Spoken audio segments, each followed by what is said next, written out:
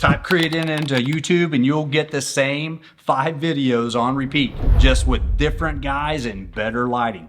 Video 1, does creatine cause hair loss? Video 2, is it bad for your kidneys? Video 3, do you need to load? Video 4, some 30-day transformation where the only thing that visibly changed was the ring light. And video 5, always the bloating one. But I'm JD, pharmacist, 30 plus years in healthcare, judo black belt, Brazilian jiu-jitsu brown belt, and a man who has read more creatine comment sections than anyone should admit to. We're going to clear the greatest hits in about 90 seconds. Then I'm going to tell you something about creatine almost none of those videos mention. Something that has nothing to do with your biceps and everything to do with whether you can remember why you walked into the kitchen. So stick around. Hair loss. This one has a real update that most old videos don't.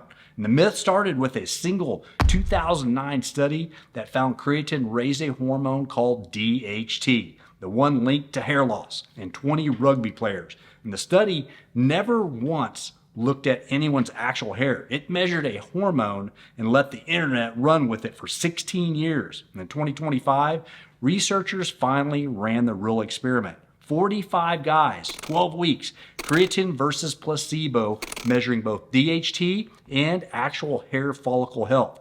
No significant difference in either. And that's about as close to a final answer as this myth gets. And the internet's favorite scare turned out to be nothing. And kidneys, in someone with healthy kidney function, decades of research have not shown creatine causes damage. And if you already have kidney disease, now that's a conversation for your doctor, not a guy on YouTube, including me. But for the average 40-something wondering if this is a one-way ticket to dialysis, no, it isn't. Loading phase, completely optional. 20 grams a day for about a week gets your muscles saturated fast.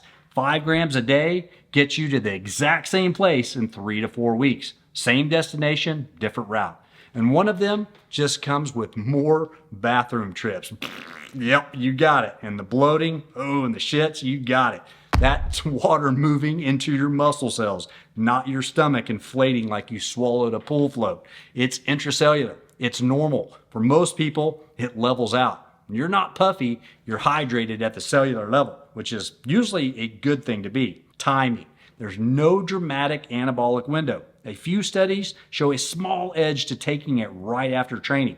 Plenty find no difference at all. Either way, the effect of timing is tiny next to the effect of taking it every single day. And if an influencer insists there's a secret window, I'd bet the brand sponsoring him sells a pre-workout only version. And while we're at it, creatine HCl, ethyl ester, buffered creatine, liquid, and gummies, ooh, careful with some of that scammy shit because every couple of years a new version promises better absorption or less bloating. And none have beaten plain monohydrate in head-to-head research. It's still the best version of itself almost 200 years after a French chemist pulled it out of raw meat. Save your money. Okay, mishandled. And here's the part nobody's making a video about. Your brain runs on the same energy system your muscles do. Same fuel, same emergency battery. That battery is called phosphocreatine. And your brain burns through roughly 20% of every calorie you eat just keeping itself running, thinking and remembering, regulating your mood and all of it. And when demand spikes, a bad night of sleep, a stressful week, too many decisions before lunch, your brain pulls from that battery faster than it can recharge. You already know what that feels like, even without the mechanism. It's the fog that rolls in around 2 in the afternoon. It's standing in a room you walked into with a clear purpose, now just standing there. It's losing a word mid-sentence you've said 1,000 times. Not a crisis, just brain running on a tank that's a little bit low. And your brain even has its own doorman for this, a transporter at the blood-brain barrier deciding how much creatine gets let in. And on stressed, underslept, decision-heavy days, that doorman is working overtime. And here's where it gets genuinely interesting. Researchers used phosphorus MRS scanning, a way of watching energy levels inside a living human brain, and found that creatine supplementation helped sleep-deprived subjects hold on to their phosphocreatine and ATP levels, and even stabilized brain pH. That's not a marketing line. That's a brain getting scanned in real time. Now, I'm going to be straight with you because that's the entire point of this channel. A 2024 meta-analysis pulling 16 trials found creatine significantly improved memory, attention speed, and processing speed, but not overall cognitive function or executive function, the planning and decision side of the things. I'd rather lose a cell than lose your trust. And a separate 2022 analysis focused specifically on older adults, 66 to 76, found memory benefits that held up even after other researchers rechecked the statistics. 2 studies, one consistent thread.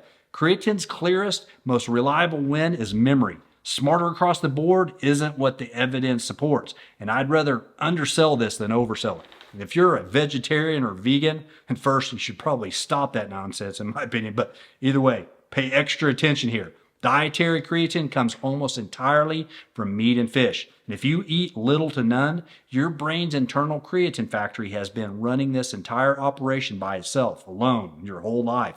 And supplementing closes that gap faster for you than it does for the guy eating steak 4 nights a week. You can't beat those fillets and New York strips. But I think about this, honestly, every time I get stuck in a bad spot on the mat. And my brain takes a half a second too long to remember an escape I've drilled 400 times. 50-something brain, full speed jiu-jitsu, asking a lot from a battery that's already a little tired. And before you write that off as just getting older, sure, age is a part of it, but there's an actual mechanism underneath it, not just an excuse. And a stressed, underslept brain at 50 burns through its energy reserves faster than a rested one at 25. And that's not a character flaw. That's biochemistry, which is exactly why we've been building something at NuLifeSpan that doesn't stop at creatine in a tub. We built it around the actual mechanism, energy, focus, calm clarity, not just muscle. Real creatine monohydrate at a proper research-backed dose alongside a small group of ingredients chosen for the same job. A choline compound your neurons use to build the neurotransmitter behind memory and focus. An amino acid naturally found in tea that's been used for years to support calm, clear-headed alertness. A small amount of green coffee for a touch of natural caffeine without stacking on a full cup's worth. And the B vitamins your nervous system runs on every day. Nothing in it because it looked good on a label. Everything in it because it has a job to do. It's not out yet. We're finishing it right instead of fast. And yes, it actually tastes like something absolutely yummy instead of pond water, which apparently took longer than the science did. And if you want to be first in line, that's NuCreatine.com. Just get on the list, no pressure, no spam. And I actually leave it down in the description as well to get on that list. And to be transparent, these statements, of course, haven't been evaluated by the good old FDA, but every ingredient in this formula has peer-reviewed research behind it. And that's the only way anything gets our name on it. So here's where that leaves you. Skip the loading phase if you want, and forget the hair loss myth entirely. Don't worry about your kidneys if they're healthy, and stop being afraid of a little water sitting in your muscle cells. Take your 5 grams, be consistent, and start thinking about creatine as something you're doing for the organ that runs everything else, not just the one you can see in the mirror. And drop a comment and tell me, were you taking creatine for your muscles, your brain, or did you not even know the brain thing was a thing until right now? And I read every single one. Hit subscribe if this is the kind of straight talk health content you actually want more of. And send this to whoever in your group chat still thinks creatine is just for 25-year-olds curling in the mirror. This is JD from NuLifeSpan. Same compound, new conversation. I'll see you in the next one.